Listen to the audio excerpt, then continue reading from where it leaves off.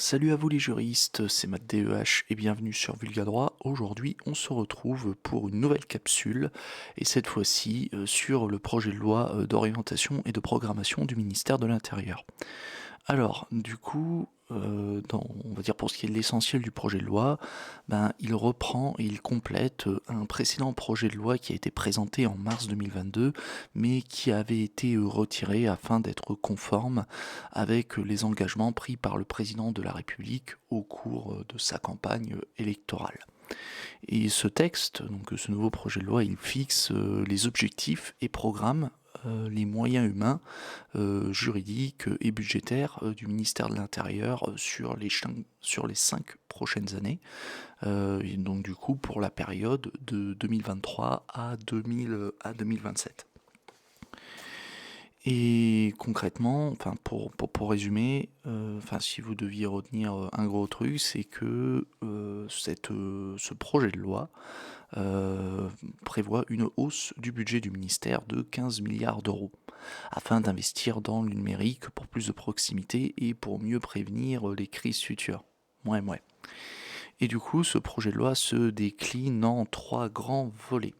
Alors, le premier volet, on est sur comment on appelle ça, sur la transformation numérique du ministère. Du coup, près de la moitié du budget qui est prévu dans le projet de loi sera consacré à la transformation numérique du ministère et à la modernisation des moyens de lutte contre la cybercriminalité. Et du coup, dans le cadre de ce volet, il est prévu que les procurations électorales seront dématérialisées parce que oui, tout ce qui est élection, etc., c'est en lien avec le ministère de l'Intérieur. Ensuite, pour chacune des téléprocédures qui sont organisées par le ministère de l'Intérieur, il y aura un accompagnement personnalisé qui sera proposé afin de lutter contre la fracture numérique. En gros, le but c'est d'aider les personnes qui ont des difficultés avec l'utilisation des outils numériques. Bon, ça va être un peu cliché ce que je vais dire, mais par exemple certaines personnes âgées qui malheureusement ne sont pas des plus à l'aise avec les outils numériques. Bon, moi, c'est le cas dans ma famille. J'ai un de mes grands-parents qui est un peu réfractaire avec le numérique. Mais encore une fois, c'est une question d'appétence, et aussi une question de génération, voire même peut-être qu'il y a parfois des difficultés de compréhension de l'outil, voire même tout simplement un problème d'accessibilité aux outils numériques, potentiellement pour des raisons économiques aussi. Et du coup, ici, le but c'est de permettre à toute personne d'avoir quand même un accompagnement, même si la personne n'est pas en mesure d'utiliser les différents outils numériques pour bénéficier des différents services publics qui sont rattachés au ministère de l'Intérieur.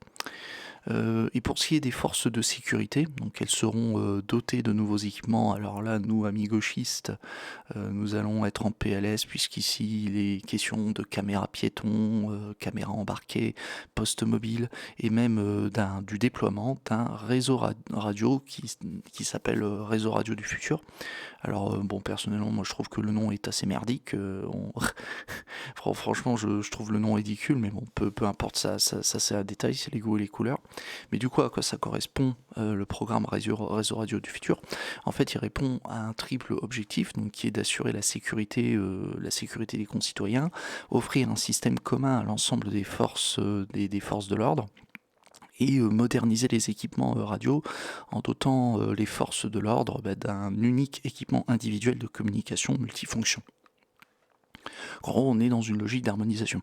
Et du coup, ce programme, Réseau Radio du Futur, vise à doter l'ensemble des services en charge de la protection des citoyens, d'un système de communication mobile très haut débit, donc 4G puis 5G, multimédia, interopérable, prioritaire, résilient et sécurisé. Et il constituera le continuum de la sécurité et du secours. Et Radio du Futur va remplacer les réseaux de radio bas débit, donc qui étaient utilisés par les forces de l'ordre, à savoir INPT et Ruby, qui sont vieillissants et qui n'offrent plus des fonctionnalités alignées avec les outils numériques actuels.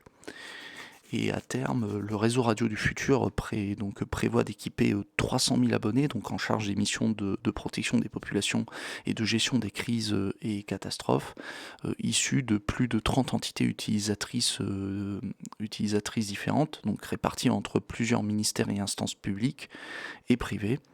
Donc voilà, on a si je puis dire, une modernisation des réseaux de communication des forces de l'ordre et des forces de secours. Parce que oui, ça ne concerne pas ça ne concerne pas que les forces de l'ordre, mais ça concerne aussi les secours apparemment.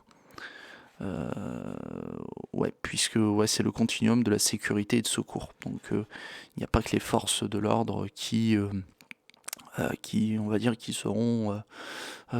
bénéficieront de cet équipement. Ensuite, on a une agence numérique des forces de sécurité qui sera créée. Alors bon, vous m'excuserez là-dessus, je n'ai pas creusé sur les fonctions que pourrait avoir cette agence numérique des forces de sécurité. Si vous voulez, peut-être, donc n'hésitez pas à me dire dans les commentaires, peut-être que je ferai une petite pastille, voir un peu à quoi ça correspond, cette agence numérique des forces de sécurité, si ça vous intéresse. Après, en matière de cybersécurité, on aura une école de formation cyber au sein du ministère. Et on aura l'équivalent numérique de l'appel du 17, donc qu'on appelle le 17 cyber, et qui permettra de signaler en direct une cyberattaque ou une escroquerie en ligne. Voilà, bon, après, qu'est-ce qu'on peut rajouter d'autre pour le cyber? Il y aura 1500 cyberpatrouilleurs qui seront déployés. Et toutes les entreprises feront l'objet d'une sensibilisation au risque de la cybercriminalité. Voilà. Donc ça, c'était pour le premier volet concernant la transformation numérique du ministère de l'Intérieur. Donc du coup, vous avez un deuxième volet qui concerne davantage les forces de l'ordre. Et du coup, le projet de loi permettra du coup de doubler la présence des forces de l'ordre sur le terrain, donc d'ici 2030, via notamment, donc alors on a plein de notions que j'ai pas creusées, mais apparemment la suppression des cycles horaires, la substitution des missions périphériques et la simplification de la procédure pénale. Et après, vous aurez aussi la mise en place de 200 nouvelles brigades de gendarmerie. Qu'est-ce qu'on aura d'autre? On aura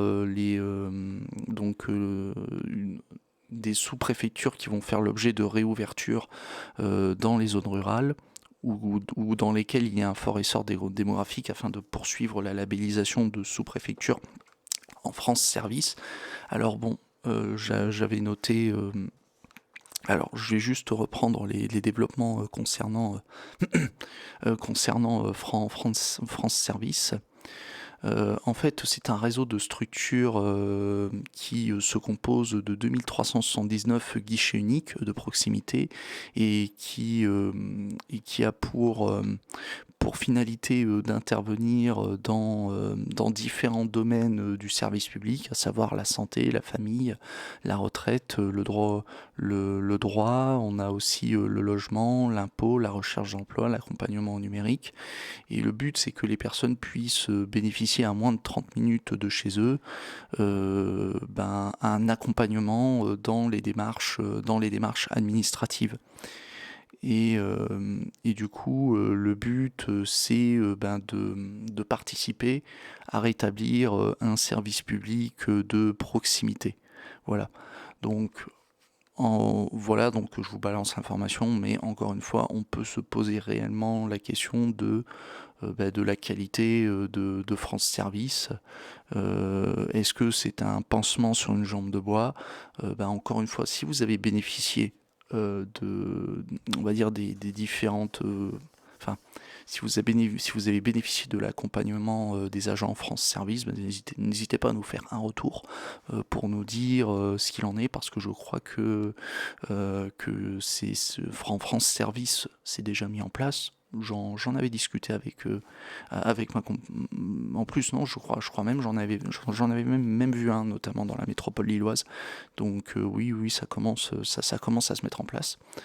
Euh, Après, encore une fois, je pense que c'est pas non plus le but. Je crois, c'est pas non plus dans chaque commune, mais mais bon, encore une fois, reste à savoir si plus de 2300 guichets, est-ce que ce sera suffisant ou pas. Ça, clairement, clairement, ça reste à voir. Puisque je crois qu'en France, on a je crois que c'est 36 000 communes, si je dis pas de bêtises. Donc, on est loin d'avoir un service dans chaque commune, quoi. Donc, à voir. Donc, du coup, ça c'était pour France Service. Du coup, qu'est-ce qu'on a d'autre dans la besace? Le projet de loi prévoit aussi de moderniser le traitement des plaintes en permettant le suivi de la procédure en temps réel via une application qui s'appelle Ma Sécurité et qui est lancée depuis le 7 mars 2022. Ensuite, le projet de loi prévoit un renforcement de la lutte contre les violences faites aux femmes, avec le doublement à 4000 du nombre d'enquêteurs qui seront spécialisés dans les violences intrafamiliales. Et vous aurez aussi une généralisation de la possibilité de déposer plainte hors les murs, donc ça veut dire en dehors du commissariat.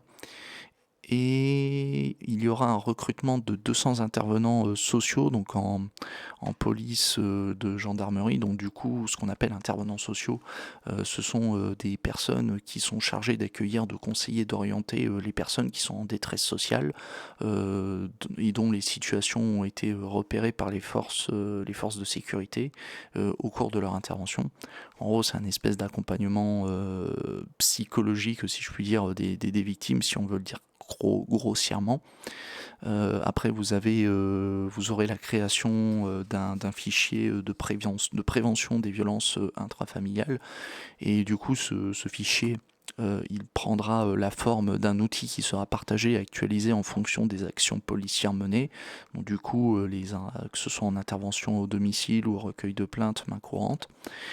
Et, du coup, qu'est-ce qui...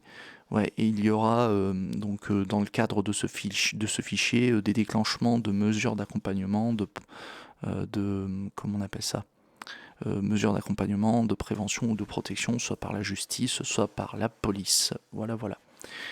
Donc après, je vous rassure, on a encore deux mesures pour ce volet.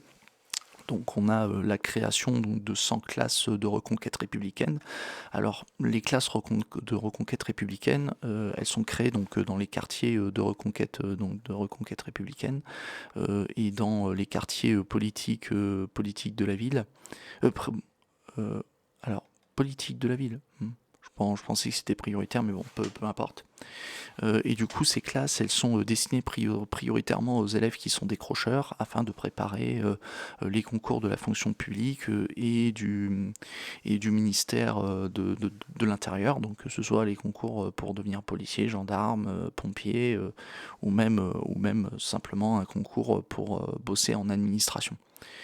Ou alors inciter, ou alors les classes reconquête républicaine, elles ont aussi pour finalité d'inciter les jeunes à s'engager dans les réserves opérationnelles.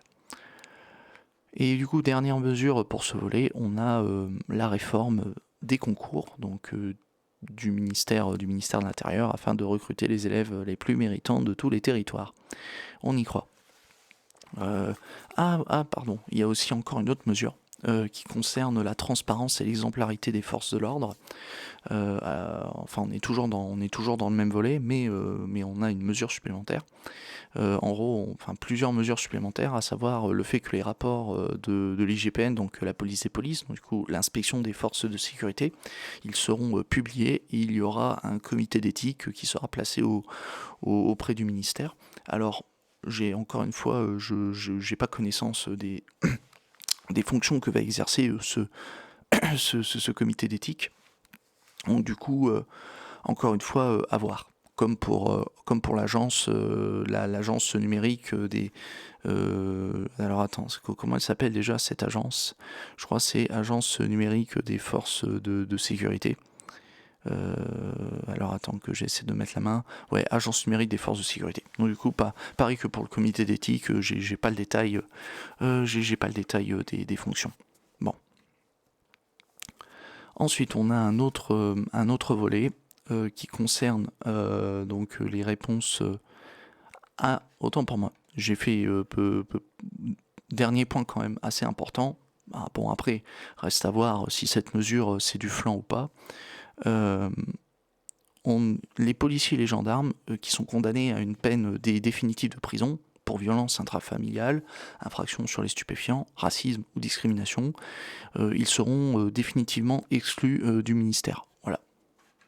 Donc en gros, on prévoit qu'en termes de sanctions disciplinaires, lorsqu'il y a des condamnations pénales, apparemment, la sanction, ce sera la révocation. Voilà. Donc, exclusion, exclusion du ministère. Voilà. Du coup, réponse pénale et gestion des crises. Donc là, on est sur le 3e volet. Après, au début, j'avais dit qu'il y avait 3 volets, mais il y a un 4e volet donc, qui concerne les Outre-mer.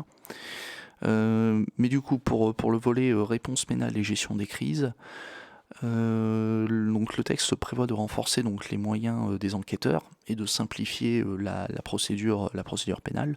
Et du coup, tous les gendarmes et les policiers seront formés aux fonctions d'officier de police judiciaire. Donc du coup, l'officier de police judiciaire, donc il a pour fonction donc de constater les infractions à la loi pénale, d'en rassembler les preuves et d'en rechercher les auteurs tant qu'une information n'est pas ouverte.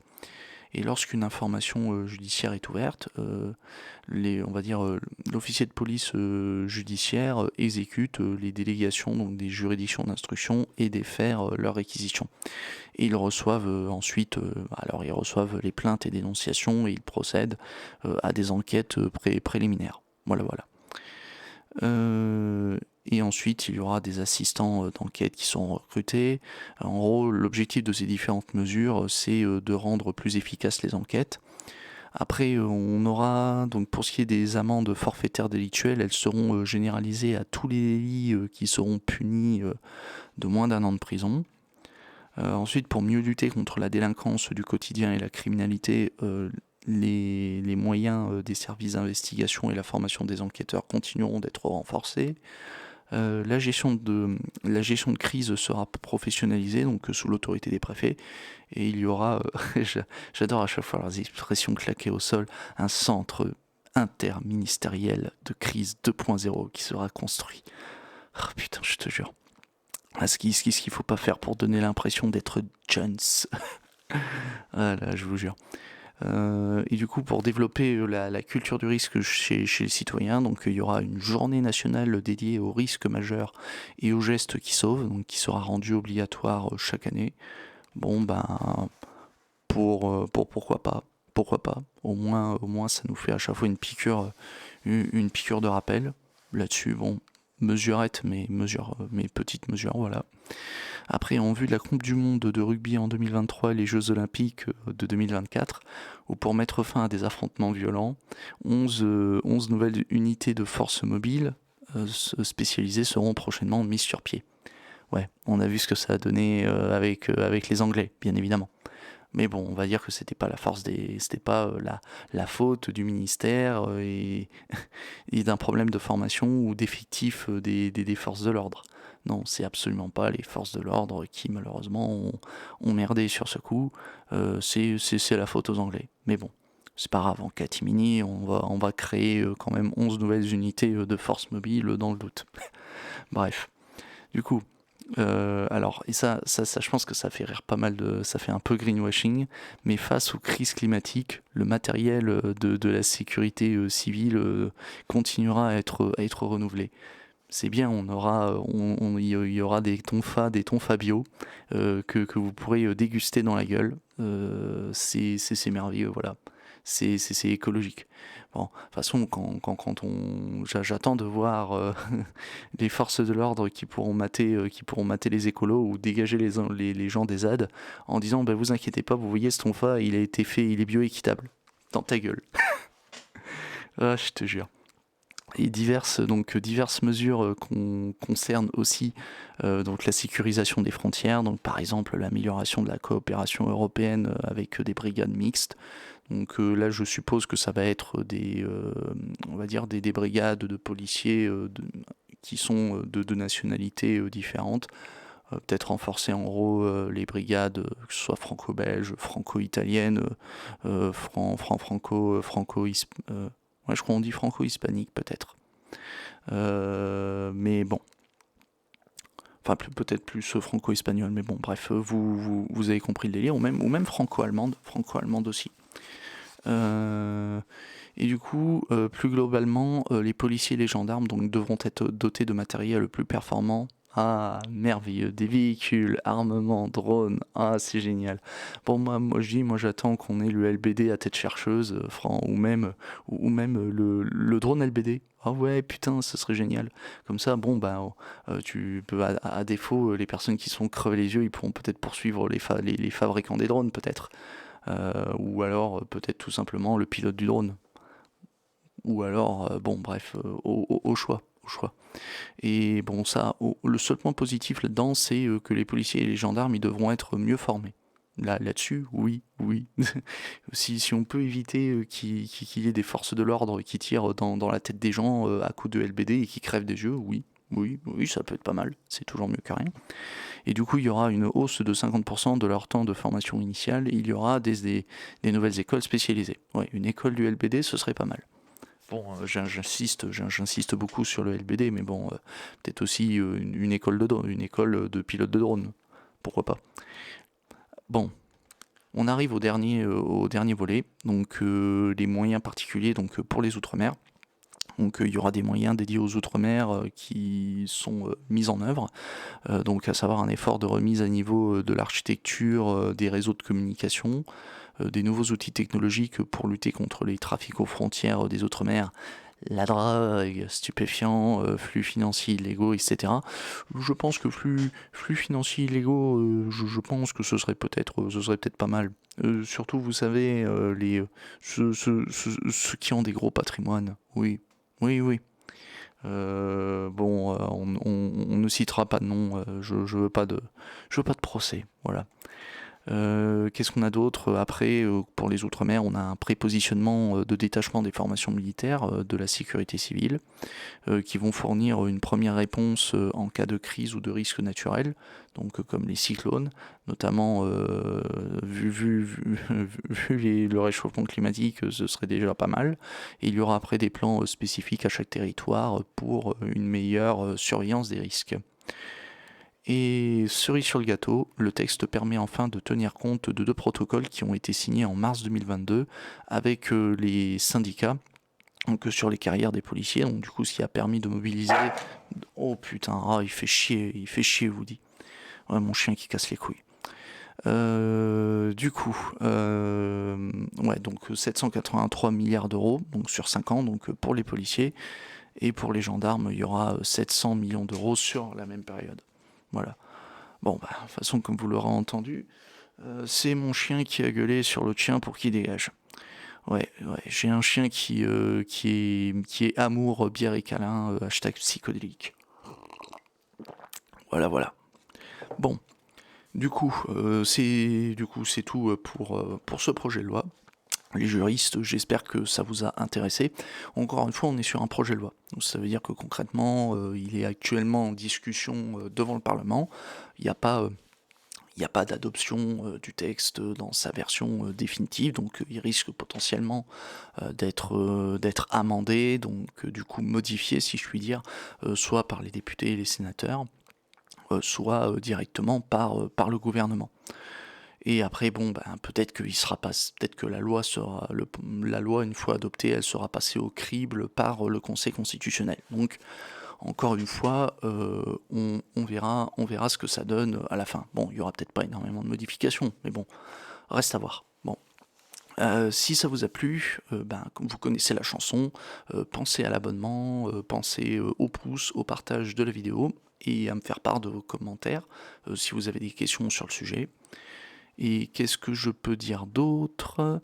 Oui, pensez aussi à me suivre sur ma chaîne Twitch si vous voulez avoir un accès direct à des informations, à des actualités juridiques, ou même à suivre, ou même à me voir faire du React sur des colloques de droit. Voilà, voilà. Bon, sur ce, j'ai tout dit. C'était ma DEH sur Via Droit. A plus, les juristes. Hop, c'est la fin de la capsule.